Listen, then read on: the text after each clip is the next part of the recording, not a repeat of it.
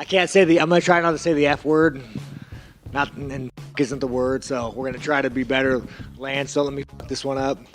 So maybe if you guys can hit the bleep button every time it slips out. So they... Yeah, we'll get there. Some new faces here, man. I like this.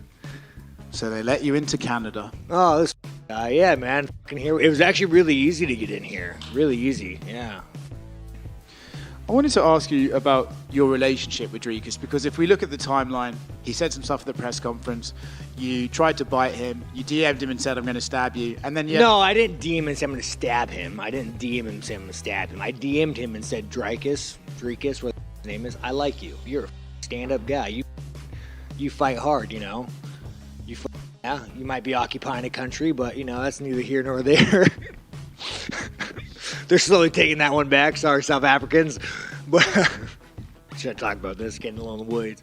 No, I just simply said, man, that, like, you know, that's a line that you probably, you know, I prefer that we didn't go there. And you guys, I shit on everybody. I mean, I make fun of your gay little pirate earring. I guess I say gay, right? That's different. Is that more on the I say it's on the cusp. The cusp, gay, yeah. So I can make fun of your gay little pirate ear, but so I go hard, man. I made fun of Sean O'Malley's wife, you know, getting f***ed by his buddy. I made fun of the Cucky and Gary, you know, and like, but the difference is, and I was just telling DC this, like, dude, you went on a podcast and you joked about calling a homie to fuck your wife. Like, I didn't go like, you know, I didn't go make fun of anything that you didn't joke about. Like, you made fun of, like, this isn't traumatic for you. You just said, hey, man, I wanted my buddy to f*** my wife. You know, I wanted to throw her some D. And again, I'm not even hating on that. Or like the Cucky and Gary.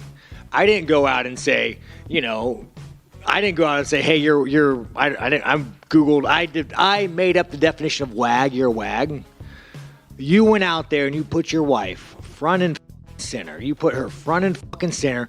You made her design a shirt. You made her fucking hold the baby while you wear it, laugh it. You put her front and center. You are a cuck, you know. So it's like, I go hard on everybody. Sometimes some shit gets on me. I'm fully aware of that, but it is what it is, man. So do you think this this new sort of angle people are using against you is, oh, he can give it, he can't take it? Do you think that's fair, or do you think it's inaccurate? Here's the thing, guys. I don't need to be right. The people. If one day I wake up and, like, you know, like the Cucky and Gary, everybody hates me, you think I give a fuck? You think I give a fuck if I walk down the street and someone says, oh yeah, there's Sean Strickland, fuck him? I don't care. Enjoy, motherfucker. You better just do it far enough away, because I'll hit you. I'm not fucking Colby Covington, bro. I'm not like, you know, I'm not Chris Curtis. I'm not gonna delete my fucking Twitter. Like, you know, enjoy, man. You want to go call me a fucking, you know, whatever you want, enjoy. Have at it. Just do it online. When we look at Dricus as a fighter, right, he's been described as awkward as a view sometimes, but he's clearly a strong, physical guy in there. When you look at him and you look at it from a fighting perspective, where is he going to cause you the most problems? Yeah, you know, I think it's going to be a harder fight than Izzy. You know, fuck Izzy. It's going to be like, the thing about Dricus is, dude, he just likes to fight. You know, it's like, is he the best? Nah, probably not. But, like, he goes in there and he just fights to win. You know, and that's a hard fight, man. I've trained with a lot of guys I'm way better than, and they just mentally want to be there, and they makes it a tough fight. But I'm better than him. I'm a better grappler. I'm better for jiu-jitsu. I mean, your accolades are, what is his accolades? He beat a dead horse, Derek Brunson. I mean, it's even in the UFC. Yeah, I mean, they cut him after that. That performance was so fucking terrible. Like, Derek Brunson, like, I think he might have died on the fucking stool, dude. Like, we need to bring back TRT, man. Thank God USADA's fucking gone. Yeah, maybe we can bring back Derek Brunson. But, like, I mean, come on now. And then you go fight Whitaker, and Whitaker was a great fight, but it's like, I mean, was that the Whitaker we've ever seen? Whitaker fucking quit, you know? Or maybe he's just that fucking good, but I just think he fought two dead horses. Put him out to pasture. Last one for me. You know, you kind of made it clear that, you know, you're happy with the money, but you're not necessarily like, oh, I'm the champion of the world, and you take value in that. What do you want your title reign to look like, right? You can fight the next guy, or you have people like Ian Gary saying he's going to come up and fight you, or Colby wants to fight you. So would you try and pick these money fights, or do you want to just make yourself known as the champion who fought everyone? Dude, I don't give a f*** about this belt. Like, this is the Matrix, man. You guys understand, like, I like you guys. You guys are all good people, but, you know, like, What? I lose this fight, I go back to the fucking Apex, and we do our little song and dance for a couple more years, and I vanish. Like, this is all fucking bullshit. I love the UFC. You know, they give me lots of money. I'm happy, but like, this is fucking. We all know what I am. We all know what we are. Dreykus might wear a suit and he might say that I'm the champion, I'm South, but you are a fucking whore. You take your fucking clothes off. Somebody says, I'm going to give you this much money to try to kill a man. And I don't know, how do I forget that? Do I just make believe? Do I just pretend I'm fucking like a LeBron James flying around in a private jet? No, motherfucker. No, that ain't gonna happen. What, you think you think I can retire now? You think I got enough money to retire now? I'm a fucking champion of the world. You think I have enough money to retire now? Fuck no, I'm gonna be working my ass a job if I were to leave. Champion of the world means jack shit. So as far as a belt goes, fucking favorite quote: they'll fight for 10 a ribbon, giving 10 a ribbon. We're just a bunch of fucking assholes trying to get a check. Sean, Neil Dave. You go ahead then. In Australia, before you're on the fight, you know, you kind of ran into some fans and you kind of, you know, you joked around. Oh, yeah. Did you have any run-ins with fans here? Nah, man. I mean, it's so fucking cold here, you guys. I mean, how you there's a homeless tent outside. How the fuck are you homeless here? I almost want to ask. Like, I want to get to know the homeless. Like, how do you live in this fucking cold? But, nah, man, we're Canadians. I think they're bigger pussies in Canada. I mean, come on now, you guys. Like, fucking, you know, they gave us hockey and they're not even good at it. Like, come on, dude. It's like, I like the, you got some new jewelry, man. Looks good, dude. Yeah.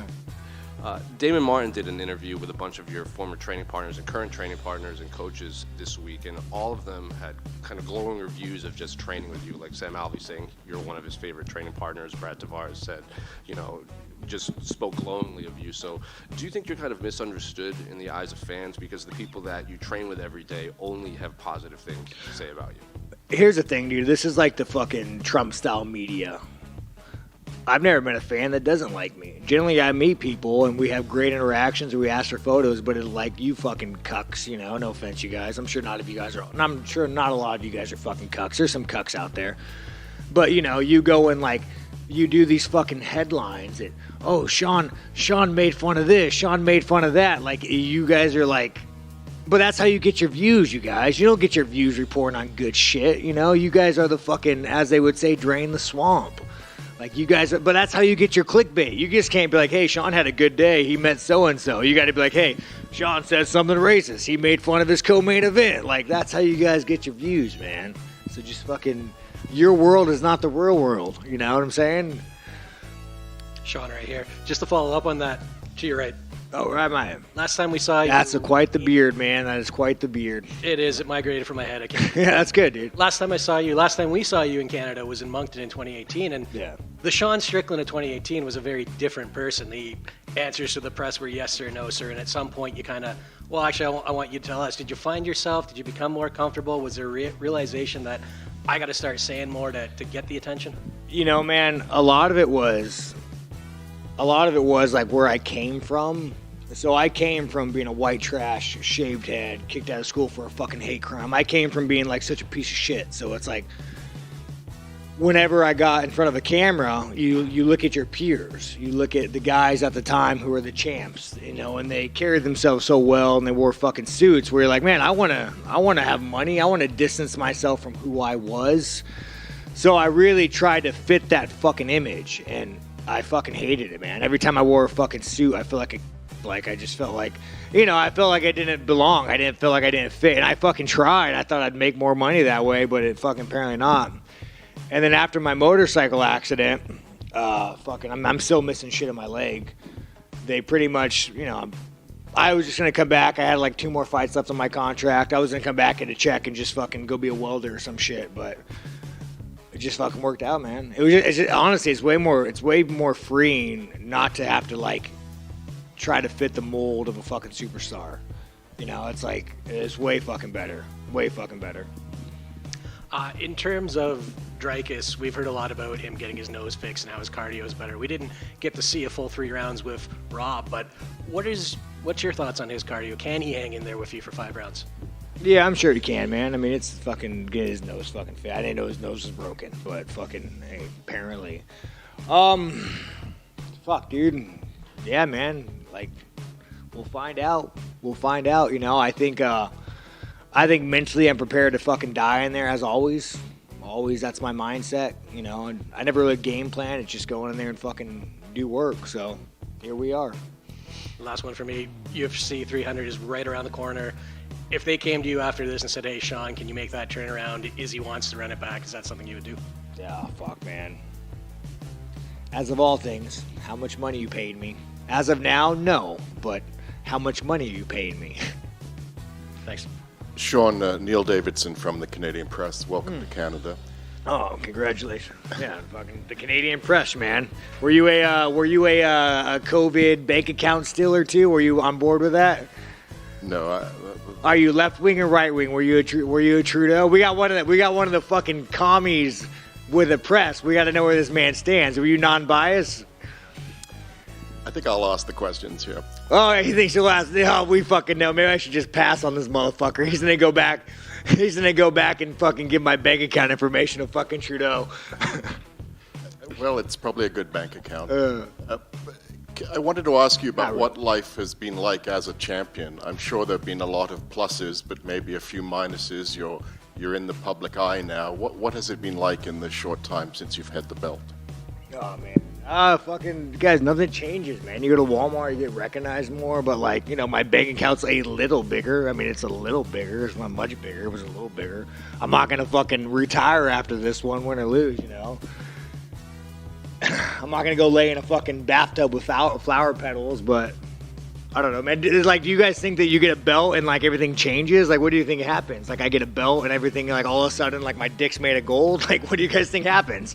I get like, what do you think? You know, nothing changes. I'm still the same asshole. I just have the metal. I'm sure it's not even gold. I just have a fucking metal gold-plated belt in front of me.